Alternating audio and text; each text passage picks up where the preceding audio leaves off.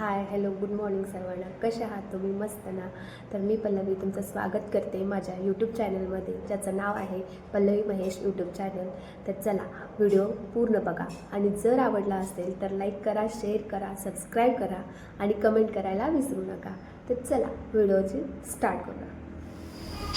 चला मस्त अशी मॅगीपासून सुरुवात करूया. तर सकाळचा पहिला नाश्ता झाला मॅगीचा. तर हे आहेत भुईमुगाच्या ओल्या शेंगा, ज्या रानातून आत्ताच आलेले आहेत. मिस्टरांनी हे भुईमुगाच्या शेंगा आमच्या रानातूनच घेऊन आले होते शिजवून खाण्यासाठी. तर यांना छान असे पहिलं तर वॉश करून घेतले. हे जवळजवळ मी 3 ते 4 वेळा वॉश करून घेतलेलं आहे मोठ्या पातेल्यामध्ये. नंतर परत त्याला पाण्यामध्ये सोक करण्यासाठी 2 तास तरी मी ठेवून दिले होते, कारण ती माती खूपच निघत नव्हती. खूप चिकट माती अशी होती, कारण पाऊस पडत आहे तर माती शेंगांना खूप लागली होती. आणि ते छान असं वॉश करून घेतल्यानंतर त्यानंतर मी आता इथे पाण्यातून काढून घेते त्यांना शिजत टाकण्यासाठी. तर मस्त असे ते छान वॉश करून घेतले. त्यामध्ये आता मी मीठ घालते, कारण जरा शेंगा सॉल्टी झाल्या तर खूप छान लागतात खाण्यासाठी आणि टेस्ट पण खूप छान येते त्याची. तर आता मी ह्यांना छान असं शिजवून घेते आणि मगच खायला घेते, कारण सगळ्यांनाच आवडतात शेंगा अशा खायला. तुमच्या इकडे अशा शेंगा खाल्ल्या जातात का? आणि जर खाल्ल्या जातात तर आवडतात का ते पण नक्की सांगा. तर चला मी आता ह्यांना तसं झाकण लावून घेते आणि शिजत ठेवून देते. तर हे शिजून झालेल्या शेंगा आहेत. डायरेक्ट मी काढून घेतल्या शेंगा. तुम्हाला आता मी दाखवते की कशा शिजल्या आहेत शेंगा. तर बघा, एकदम मऊ आणि एकदम छान अशा शेंगा सॉफ्टमध्ये शिजलेल्या होत्या. बघा, मी हातानेच प्रेस करून दाखवते तुम्हाला किती मॉइश्चर आलेलं आहे त्यामध्ये. तर अशा शेंगा खाण्यासाठी आम्हाला खूप आवडतात. तर चला आता शेंगाचे तर झालं, पण आता मिस्टरांची फरमाईश होती की मटण बनवायचं, आणि तेही कोल्हापुरी मटण, कारण आम्ही कोल्हापूरचेच आहोत, त्यामुळे कोल्हापुरी मटण तर बनलंच पाहिजे.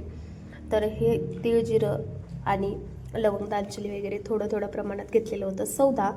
तर आता कोल्हापुरी मटण म्हटलं ओलं खोबरं हे आलंच, कारण ओलं खोबऱ्याशिवाय चव नाही. तर ओलं खोबरं वगैरे जे होतं वाटण, ते मी आता मिक्सरमधून काढून घेते.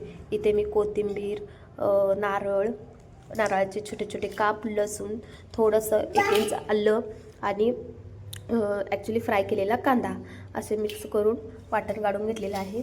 आणि याआधी मी तीळ जिऱ्याचं वगैरे वाटण काढून घेतलं होतं. आम्ही काय बाहेरचा मसाला वापरत नाही, कारण मटणाला मिस्टर म्हणतात की चव येत नाही बाहेरच्या मसाल्याने. त्यामुळे घरगुतीच मसाला बनवत जा आणि घालत जा सिम्पलमध्ये.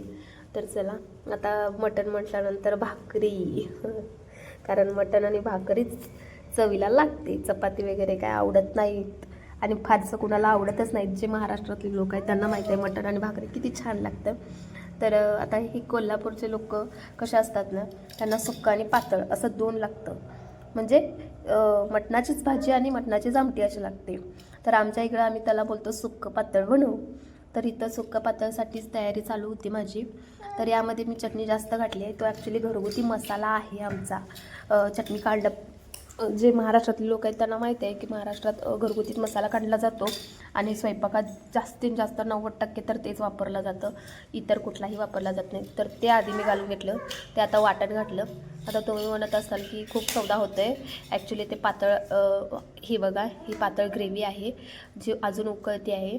आता त्यामध्ये मी ते तीळ जिरे वगैरे घालून घेतले, आणि आता जी मी सौदा भाजत होते ना, त्यातलं पण थोडंसं मी ते शिजल्यानंतर त्यामध्ये घालून देणार, जेणेकरून ती आमटी तयार होईल, म्हणजेच तांबडा रस्सा होईल. आणि आता हे बघा, मी घालूनच दाखवते ॲक्च्युली तुम्हाला. तर बघा, मस्त असा घालत होत, आणि हे जेव्हा मी घालत होते ना तेव्हा खमंग असा वास इतका सुटला होता सगळ्यांना. मटण खाण्याची खूप भाष्ट तीव्र इच्छा होत होती सगळ्यांना की कधी बनते आणि कधी मी खाते. तर आता हे थोडंसं शिजून द्यायचं, कारण मटणामध्ये तर सौदा गेला पाहिजे. तर 5 ते 6 मिनटं त्यांना झाकण ठेवून छान असं शिजू द्या. हे बघा कशी उकळी येते. तर हे मटण ॲक्च्युली शिजले. आता ह्यामध्ये कोथिंबीर टाकून मी छान असं गार्निशिंग करते, आणि हे मटण आता तयार अशी झालेली आहे मटणाची.